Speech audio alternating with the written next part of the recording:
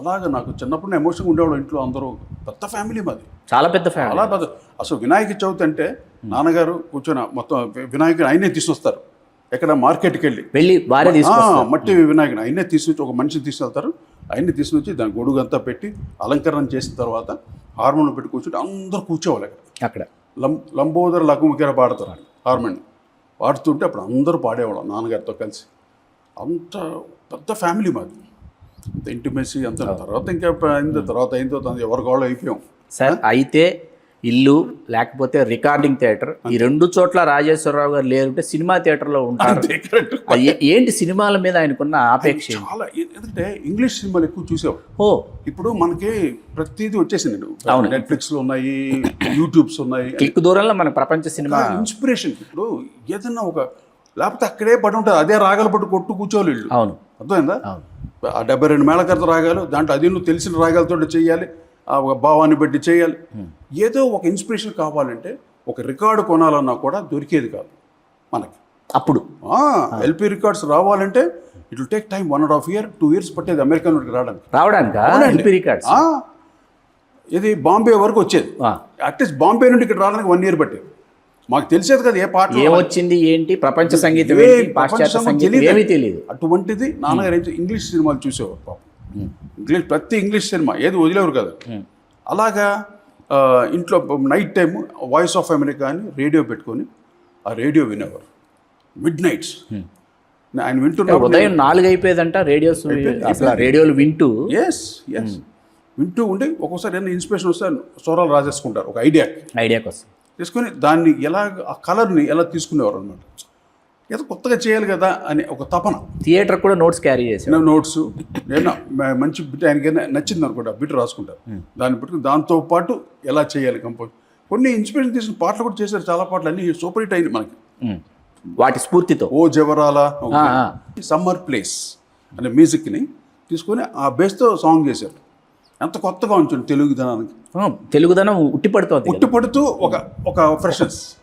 అలాగే నాన్నగారు కొన్ని ఇన్స్పిరేషన్ తీసుకుని చేశారు. ఆయన అందువల్ల సినిమా థియేటర్కి ఎక్కువ వెళ్ళావు సినిమాకి. నేను ఒకసారి చిన్నప్పుడు నేను ఎప్పుడు ఆయనతో ఉంటాను. నేను చాలా ఇష్టం నాన్నగారికి. అదేమో ముద్దుగా ఉండేవారు కాబట్టి చిన్నప్పుడు అది ఆయనకి చాలా ఇష్టం. నేనంటే రావోయ్ అని సినిమా థియేటర్ తీసుకెళ్ళారు. నాకు మెకానస్ గోల్డ్ చూడాలని ఇష్టం. మొత్తం కౌబాయ్ సినిమా కదా. వెళ్ళేసరికి అక్కడ థియేటర్లో వాళ్ళు ఒప్పుకోలేదు. యంగ్ కుర్రాడు వీడిని వచ్చి అడల్స్ వాళ్ళే సినిమా. నాన్నగారు ఎంత రిక్వెస్ట్ చేశారంటే, నో సార్ నేను కళ్ళు మూసేస్తాను, నేను సీన్ వస్తే కూర్చోబెట్టుకుని ఒప్పుకోలేదు. ససేమని ఒప్పుకోకపోతే సరే ఇంకో ఆయన వచ్చారనమాట. ఎవరితో వాళ్ళకి ఇన్ఫ్లుయెన్స్ ఉంది థియేటర్. అది ఏదో చెప్పేసరికి, సార్ చిన్నపిల్ల ఎలా చేయకూడదండి, ఇది సర్టిఫికేట్ సినిమా ఎలా చేయకూడదండి అలా చెప్పి తీసుకుని నేను వెళ్ళిపోయారు. మొత్తం తీసి వెళ్ళిపోయారు లోపలికి. అప్పుడు మెకానస్ గోల్డ్ చూసి అమ్మా ఏంటది అన్నట్టు అలా నాన్నగారు ప్రతి సినిమా నేను తీసుకునేవారు. నేను ఉండేవాడిని ఆయనకి తోడుగా. ఆయన ఎప్పుడో బీచ్కి వెళ్ళాను అనుకోండి చెన్నైలో, నేను చాలా చిన్నవాడిని, నేను నాతో కారు తోలిపించేవారు మీతో ధైర్యంగా. నేను ధైర్యంగా తోలేసేవాడు కారు. నైట్ టైం 11 తర్వాత ట్రాఫిక్ ఉండదుగా, హ్యాపీగా తోలుకు వెళ్ళిపోవడం. బీచ్లో ఆయన హ్యాపీగా చాపేసి పడుకొని దిండేసుకుని పడుకొని అలా అక్కడ కూడా రేడియో అలా వింటూ పడుకుంటారనమాట. సముద్రం గాలి చాలా బాగుంటుంది బీచ్. నేను ఈలో అలా తిరుగుతూ డ్యాన్స్ అక్కడ ఆడుకుంటూ ఉంటాను మీరు చిన్నప్పుడు. అంటే తర్వాత మళ్ళీ నాన్నగారిని ఇంటికి తీసుకొచ్చాడు. ఎప్పుడు 3:30, 4కి వస్తాం బీచ్ నుండి. వచ్చి ఆయన పడుకుంటారు, నేను మళ్ళీ వెళ్ళి పడుకునేవాడు. అప్పటిదాకా బీచ్లో ఉంటాను. 3:30, 4 మ్యాక్సిమం. అంటే మరి ఎక్కువసేపు ఉన్నప్పుడు పోలీసులు ఒప్పుకునేవాడు కదా. 3:30 కాదు ఉంటాను, ఒక బిఫోర్ 3, 2:30 ఆ టైంలో వచ్చేవాడు ఇంటికి. ఇలా జరిగేది నాన్నగారితో నాకు ఇంటిమేసీ.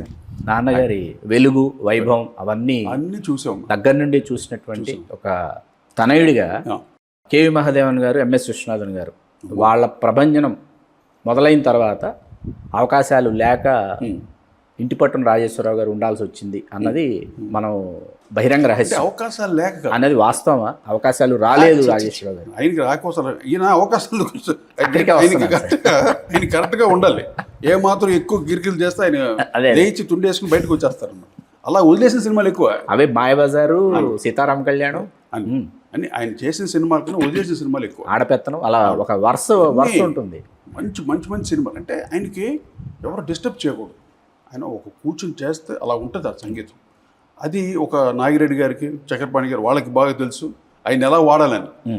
మా మిస్సమ్మ అప్పు చేసి పప్పు కూడా అంత అద్భుతాలు చేసి మాయాబజార్కి ఎందుకు మాయాబజార్ ఆల్మోస్ట్ నాన్నగారి మ్యూజిక్ నాన్నగారే చక్రపాణి గారి జోక్యాన్ని నాన్నగారు భరించలేకపోయారు అన్నది. చిన్న ఏదో అవుతాయి, అది ఆయన తట్టుకునే మనిషి గారు. చాలా సున్నితంగా చెప్పారు కదా, నాన్నగారు ఇప్పుడు చాలా సున్నితంగా ఉంటారు చాలా. అందువల్ల అక్కడ ఏదో చిన్న క్లాష్ అయ్యి ఉంటుంది. ఆ క్లాష్లో అసలు ఈ నెవర్ బాదర్స్. ఇంత పెద్ద బ్యానరు, ఇంత పెద్ద హీరో, ఆయన ఏం ఉండేది కాదు. ఆయన సంగీతాన్ని ఎవరు డిస్టర్బ్ చేయకూడదు. ఆయన చేసే విధంగా ఆయన ఎంకరేజ్ చేయాలి. అలాగే చేయించుకున్న వాళ్ళే దుక్కిపాటి మసూరావు గారు. అన్నపూర్ణ పిక్చర్స్ ఎటువంటి పాటలు, ప్రతి సినిమాలో వీణ పాట పెడతాడు ఆయన. అవును, ఆయనకి నాన్నగారు వీణ పాటల దిట్ట, మదిలో వీణలు మ్రోగే దగ్గర నుంచి చాలా ఉన్నాయి. అసలు పాడవేల రాధిక దుక్కిపాటి మధుసూదన్ రావు గారు మొదటి సినిమానే దొంగరాముడే చేయించుకోవాలట నాన్నగారితో. అవును, అది మిస్ అయింది. అది పెండ్యాల గారు, కేవీ రెడ్డి గారు, పెండ్యాల గారు వస్తే దుక్కిపాటి మధుసూదన్ రావు గారు కావాలి రాజేశ్వరరావు గారు అని కోరుకుంటున్నారు, కానీ అది కుదరటం లేదు. చదువుకున్న అమ్మాయిలతో వెలుగు నీడలకు చాలా ప్రయత్నించారంట నాన్నగారి కోసం. చదువుకున్న అమ్మాయిలతో ఈయన ప్రవేశించారు. అక్కడికి ప్రవేశించి ఇద్దరు మిత్రులు ఇంకా అక్కడి నుంచి అసలు నాన్నగారికి కూడా దుక్కిపాటి మసూరావు గారు అంటే చాలా గౌరవం, భయం. ఇంకెవరిని లక్ష్యరైనా కంపోజింగ్ అంటే పొద్దున్న 9 గంటలకు వెళ్ళాలి కదా, 11:30కి వెళ్తారు ఆయన. అదే దుక్కిపాటి మసూరావు అంటే పొద్దున్న 7 గంటలకు లేచి అయిపోయి 9 గంటలకంతా వెళ్ళిపోతుంటారు అన్నమాట. అది అంటే ఆయన చూస్తే ఒక భయం, ప్రిన్సిపాల్ లాగా దుక్కిపాటి మధుసూదన్ రావు గారు. ఆయన ఎంత చక్కటి, చాలా గొప్ప మనుషులు అండి వాళ్ళంతా, దేవుడు లాంటి మనుషులు. చూసాను అందరినీ. అవును, నేను ఇండస్ట్రీ కొత్త కాదుగా, మనం అందరినీ చూసాను. తెలుగు సినిమా చరిత్రలో మీ కుటుంబం యొక్క భాగస్వామ్యం ఉంది అన్న విషయం చాలా తక్కువ మందికి తెలుసు. ఎందుకంటే తెలుగు సినిమా చరిత్రకు సంబంధించి స్వర్ణయుగం ఏదైతే ఉందో, ఆ స్వర్ణయుగంలో ప్రతి మజిలీలోనూ ప్రతి మలుపులోనూ రాజేశ్వరరావు గారు, వారి పాటలు, వారి కుటుంబం భాగస్వామ్యం ఉంది. దాని గురించి అధ్యయనం జరగాలి, చర్చ జరగాలన్నది నా తాపత్రయం. Very good sir. Mullapudi Venkataramana గారు ఆయన ఆత్మకథలో మేము మహాదేవన్ గారిని, ఎంఎస్ విశ్వనాథన్ గారిని పెళ్ళిడి పిల్లలకో దేనికో పెట్టుకున్నారట. నాన్నగారు, బాపు గారు, రమణ గారు అందరూ ఎక్కడో ఎదురుపడ్డారు. రికార్డింగ్ థియేటర్ల దగ్గర ఎక్కడో ఎదురుపడతారు కదా. పడిన తర్వాత నాన్నగారికి మనసులో ఉంది, మనకు అవకాశం అంటే తెలుగు వాళ్ళకి అవకాశం ఇవ్వకుండా వాళ్ళని పెట్టుకుంటున్నారు అని ఉంది. అది ఎలా విమర్శ చేయాలనేది ఆలోచిస్తున్నారంట. ఈలోపు బాపు గారు, రమణ గారు అక్కడ ఉన్న వాళ్ళకి మేము రాజేశ్వరరావు గారు అభిమానులం అండి అన్నారంట. అందుకే సార్ వీళ్ళు తెలుగు వాళ్ళని మ్యూజిక్ డైరెక్టర్స్గా పెట్టుకోరు, తమిళియన్స్ని పెట్టుకుంటారు అన్నారంట వెంటనే ఓపెన్గా. అందుకే సార్ వీళ్ళు తెలుగు వాళ్ళని పెట్టుకో, తమిళియన్స్ని పెట్టుకుంటాను అన్నారంట. అంటే ఎంతైనా ఇండస్ట్రీలో ఎలా ఉంటుందంటే, నాన్నగారైనా ఘంటసాల గారైనా ఎవరైనా సరే వాళ్ళ ఎరా జరిగేంత వరకు ఎవ్వరు డిస్టర్బ్ చేయరు. ఆ ఎరాని క్యాష్ చేసుకుంటారు, యూజ్ చేసుకుంటారు, అన్నీ అయిపోతుంది. నెక్స్ట్ కేవీ మధుసూదన్ గారు వచ్చారు. ఇప్పుడు పెండ్యాల గారు, ఘంటసాల గారు, నాన్నగారు అంతా అదే ఒకే ఆదినారాయణరావు గారి వరకు ఇది ఒక శకం. వాళ్ళందరూ ఒక అదే. తర్వాత కేవీ మధుసూదన్ గారు వచ్చేసరికి ఆయన ఏం చేశాడు, జానపదం. ఆయన కూడా పెద్ద విద్వాంసుడు, పెద్ద కర్ణాటక విద్వాంసుడు, మహానుభావుడు. కుటుంబమే చాలా గొప్ప విద్వాంసుడు. కానీ ఆయన కర్ణాటక, అది కేరళీకం అండ్ తమిళ్, ఆ టైప్ ఆఫ్ కర్ణాటక. తెలుగులో వచ్చేసరికి వేరే స్టైల్ ఉండాలి యాక్చువల్లీ, అది ఆయనకి తెలీదు. కానీ ఎలా చేశాడు ఆయన అసలు. కేవీ మధుసూదన్ గారి పాటలు దసరాబులేడు, మంచి, ఓ మై గాడ్. అంటే ఒక సింపుల్ సిటీ తీసుకొచ్చాడు, ఒకటి న్యూ ట్రెండ్. అప్పట్లో నాన్నగారు పెండారు వీళ్ళేంటి ప్యూర్ క్లాసికల్, రాగభరితంగా స్వరాలు కానీ రాగం ఆరోహణ పక్కాగా ఉండేది. ఎవ్వరు అసలు ఒక్క సాంగ్ని కూడా ఇలా వేలెత్తి చూపించడం, అంత పగడ్బందీగా కంపోజ్ చేసేవాడు. అటువంటి కేవీ మధుసూదన్ కూడా గ్రేట్, ఆయన కూడా పగడ్బందీయే. కానీ ఆయన ఒక ట్రెండ్ మార్చాడు వచ్చి. ఆయన చిన్న సింపుల్ అదే మన మూగ మనసులు, మామ అంటే గోదావరి గట్టు ఉంది, ఇవన్నీ ఎంత సింపుల్ సాంగ్స్. మంచి మనసులు, మామ గోదావరి గట్టు ఉంది, మూగ మనసులు, అది కూడా మామే. మామ అంటే ఆయన ఆయన కూడా చాలా మంచి సింపుల్ మనిషి, నవ్వుతూ ఉంటారు ఎప్పుడు కళగా. ఆయన్ని చూసాను చాలాసార్లు.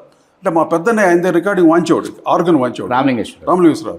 ఇప్పుడు నేను స్టూడియోకి భోజనం తీసుకుని వెళ్ళేవాడిని మా అన్నయ్యకి. వెళ్ళేప్పుడు కేవీ మధుసూదన్ చూసాను, ఎంత బొట్టు పెట్టుకొని, ఎంత ఎర్రగా, అసలు ఆ డ్రెస్సు పట్టు బట్టలతో ఎంత కళగా ఉంటాడు, మహానుభావుడు. నాకు చాలా ఇష్టం ఆయన మ్యూజిక్ అంటే కూడా.